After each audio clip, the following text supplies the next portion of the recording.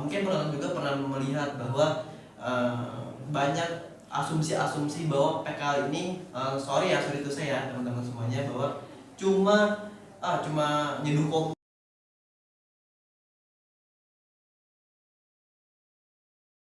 Oke, halo semuanya, selamat datang di podcast Cerita Anak PKL bersama saya Bagus Permana.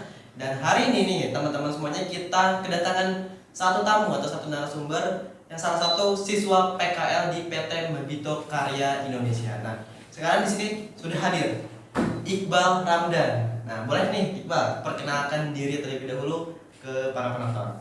Oke, semuanya, perkenalkan, nama saya Muhammad Iqbal Ramdan. Untuk di sini saya dari sekolah SMK 4 Padalarang dan saya ber-PKL di PT Mebito Karya Indonesia nih. Oke, nah berarti nggak terlalu jauh ya Iqbal ya. Nah, Padalarang ke Bandung ya 20 menit lah. Ya, atau kurang nih? Ya, kurang lebih 20 menit lah. Kurang lebih 20 menit lah. Ya, 20 menit. Oke. Nah, Iqbal, sekarang kita akan bahas mengenai perkarin atau tentang PKL. Nah, saya minta pendapat kamu aja sih tentang PKL beserta dengan cerita-cerita kamu selama kamu tuh sedang PKL di sini.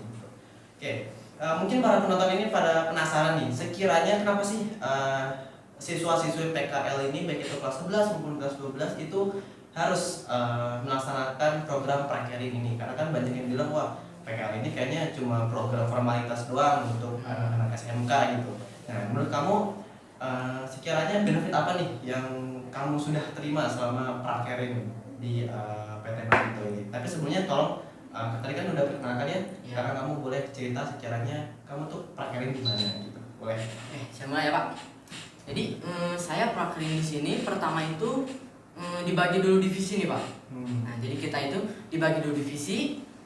Setelah itu saya dapat di divisi BCA-CMA, di mana yaitu tugasnya untuk mempelajari apa itu BCA-CMA ya, seperti pembongkaran mesin ATM, juga lain sebagainya. Pokoknya menceritakan tentang BCA Risk Management Academy gitu Pak. Nah, untuk di hari-hari berikutnya cukup banyak nih Pak ilmu yang saya dapatkan, terutama di ilmu public speaking nih Pak. Saya jadi istilahnya lepas kalau ngomong gitu Pak. Nah, jadi banyak sekali sebenarnya benefit yang didapatkan saat PKL gitu ya. Ya, terutama untuk pengalaman yang tidak diajarkan di sekolah. Nah, kebanyakan kan sekolah untuk pelajaran itu cuma pelajaran dari sekolah itu kayak dasar-dasarnya aja nih. Ada banyak pelajaran yang tidak diajarkan di sekolah nih. Kayak contohnya kayak soft skill nih Pak, yang paling penting.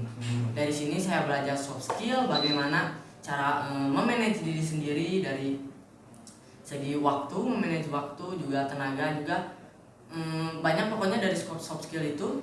Terus benefit yang selanjutnya komunikasi sih Pak, lebih tepatnya komunikasi itu jalannya lancar lah gitu selama di sini.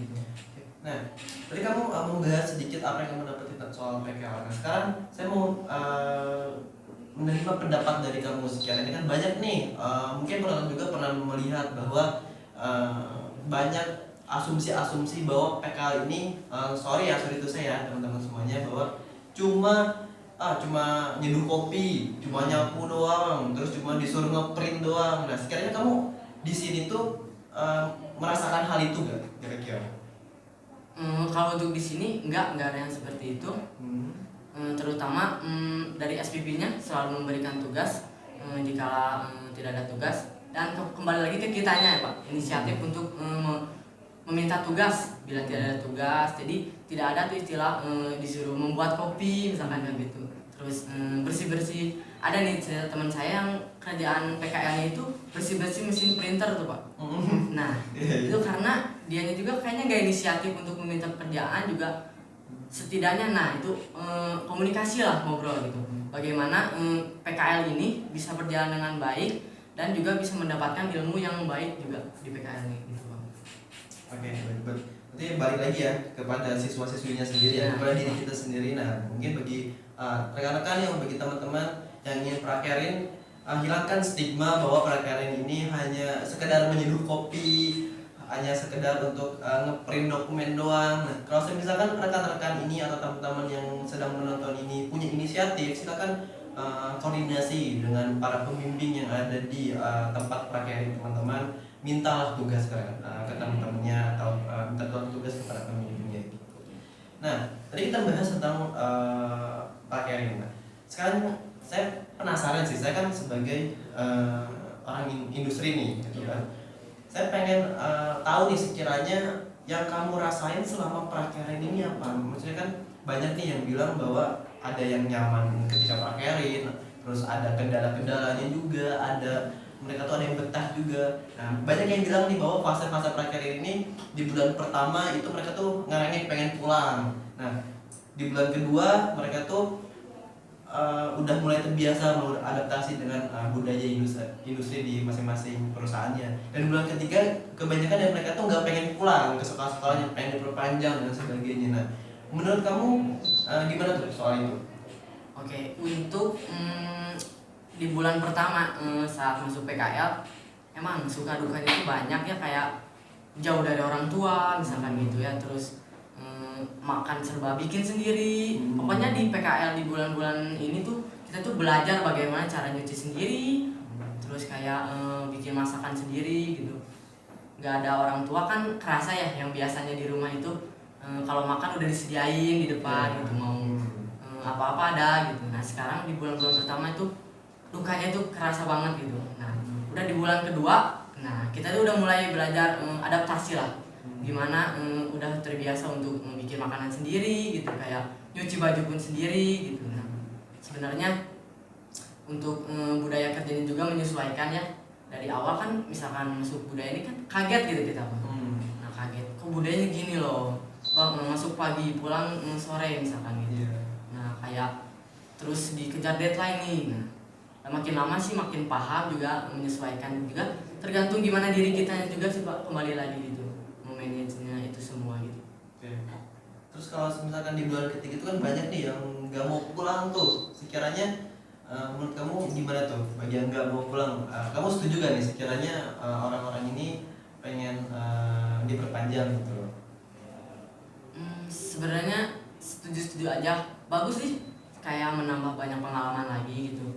Juga karena kan di bulan kedua tadi kan udah mulai menyesuaikan nih Pak. Kayaknya PKL oh rame nih, teman-temannya rame, lingkungannya juga gitu di industri udah mulai adaptasi. Di mana minggu ketiga itu jadi siswa itu kayak gak mau pulang, maunya diperpanjang gitu Pak.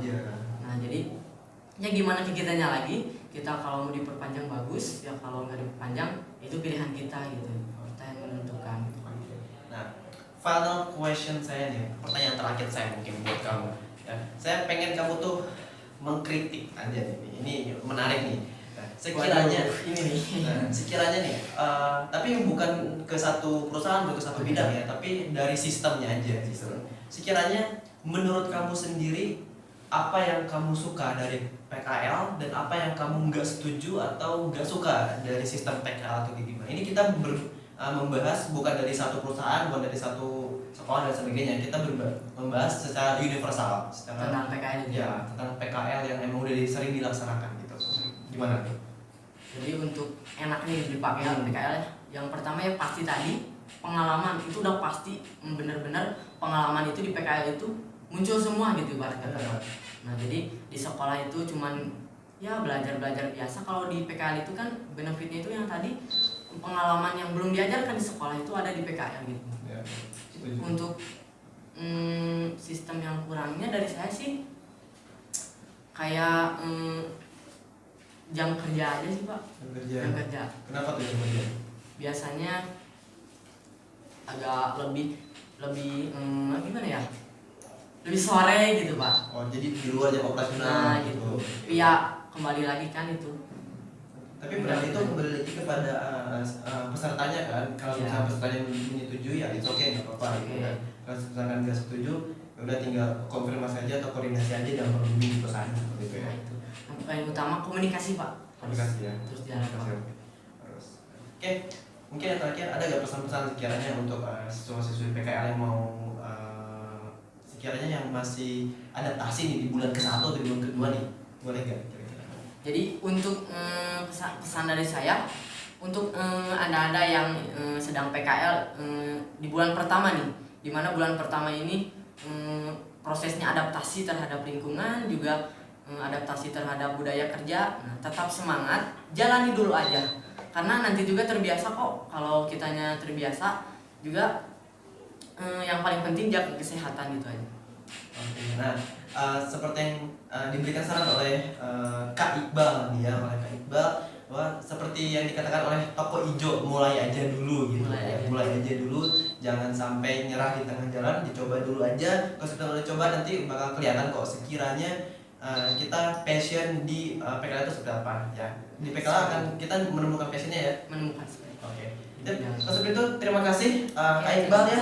Terima kasih atas waktunya. Sekarang kita akan langsung mengakhiri aja. Kak Iqbal ya. Terima kasih sekali lagi bagi rekan-rekan yang ingin mengetahui sekiranya lebih tentang cerita anak PKL, boleh untuk subscribe channel ini terlebih dahulu ya, dan follow juga sosial media kita, semuanya ada di deskripsi. Oke, sekian, terima kasih teman-teman, dan sampai jumpa di video selanjutnya.